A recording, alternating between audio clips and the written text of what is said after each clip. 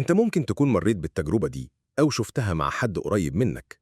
تكون مع شخص العلاقة بينكم قوية جدا، كلام طول اليوم، الصبح أول رسالة صباح الخير، الظهر بتشاركوا تفاصيل صغيرة عن شغلكم أو دراستكم، بالليل هزار ومكالمات طويلة ووعود إنكم هتفضلوا سوا للأبد. وفجأة كل حاجة تقف، ترسل رسالة ما يردش، تتصل ما يجاوبش. يوم ورا يوم تكتشف إن مفيش رد وإن العلاقة اتقفلت، فتقول لنفسك خلاص هو اختفى، خليني أبدأ أتعامل مع الموضوع. لكن هنا بقى تبدأ الحاجة الغريبة. أنت متوقع إن الشخص ده يختفي نهائي، بس تكتشف العكس. تنزل صورة تلاقيه عامل لايك، تحط ستوري عادي عن يومك تلاقيه أول واحد شافها، يمكن حتى يسيب كومنت بسيط على بوست من غير ما يفتح معاك كلام. وهنا تبدأ الحيرة، تقول لنفسك هو رجع يهتم ولا بيتسلى؟ هو عايز يرجع لي ولا بيثبت إنه لسه موجود من بعيد؟ التصرف ده له اسم في علم النفس، أوربيتنج، يعني الشخص يسيبك لكنه ما يختفيش تماما، يفضل يلف حواليك زي القمر حوالين الأرض، يشوفك، يسيب إشارات صغيرة بس من غير أي خطوة حقيقية. والموضوع ده للأسف منتشر جدا.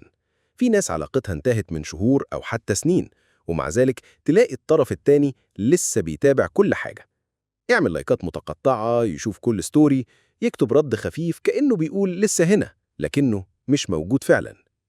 وافتكر، مش معنى إن الشخص متابعك إنه لسه بيحبك، ممكن يكون مجرد فضول، عايز يعرف انت عامل إيه بعده، زي اللي يبطل يتفرج على مسلسل لكنه يفضل يتابع الإعلانات بتاعته من بعيد. وممكن تكون أنانية، عايز يحس إنه لسه مأثر فيك وإنه مهما بعد وجوده ظاهر في حياتك. أوقات يكون عنده خوف من القطيعة التامة، مش قادر يقفل الباب بالكامل فيسيب لك شباك صغير. وفي أحيان تانية بيكون الموضوع مجرد عادة، يفتح السوشيال ميديا ويتابع اللي قدامه من غير قصد أو تفكير. لكن مين اللي بيتأذي؟ أنت، لأن كل إشارة صغيرة منه، كل لايك أو مشاهدة، عقلك يترجمها إنها اهتمام، فتلاقي نفسك واقف مكانك، مش قادر تكمل حياتك ومش قادر تفهم هو عايز إيه. تبدأ تفكر هو ممكن يكون عايز يرجع، يمكن دي طريقته يقول إنه لسه موجود، وتفضل مستني خطوة منه، لكن الحقيقة إن مفيش خطوة، مجرد وجود من بعيد. والموضوع ده يوجع أكتر لما تكون أنت بتحاول تتحرر، يعني تبذل مجهود إنك تنسى، إنك تركز على نفسك، وفجأة إشعار يطلع لك باسمه، تفتح وتشوف إنه عمل لايك أو شاف ستوري.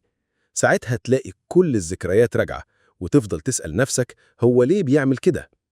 والأصعب من كده إنك تفضل في دوامة الأمل الكاذب، تفتكر إن العلاقة ممكن ترجع في حين إن الشخص التاني مش واخد أي خطوة ناحية الرجوع.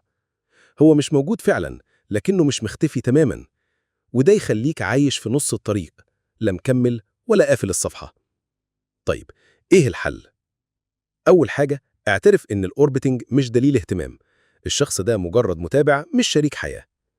تاني حاجة، لو وجوده مأثر عليك ما تتكسفش تعمل بلوك أو ميوت، انت مش بتنتقم، انت بتحمي نفسك. تالت حاجة، ركز على حياتك انت، الشخص اللي عايز يكون موجود فعلا مش هيكتفي يلف حواليك من بعيد، هيكون موجود بجد جنبك.